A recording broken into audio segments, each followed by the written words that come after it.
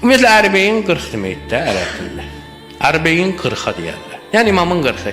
Səfər ayının 20-si barmaq hesabı ilə ola bilər, heç 40 gün olmasın, 39 gün olsun. Amma sünnə belə olub ki, hər səfər ayının 20-si bu günü qeyd ediblər və zəvvarlar gəlib ora İmam Hüseynin qəbrini səfər ayının 20-sində nə ediblər? Ziyarət ediblər. Onda işimiz yoxdur.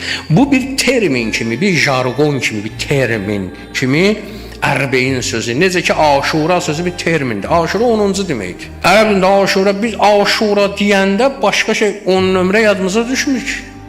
Tutalım, Azərbaycanca 10-cu desən, deyərsən ki, nə olsun, Peleynin nömrəsi olub, Maradona'nın nömrəsi olub, 10.000 cür nömrə deyə bilərsən. Amma Aşura deyən kimi 10 bilirsən ki, Məhərrəm ayının 10-cu günündən gedir söhbət.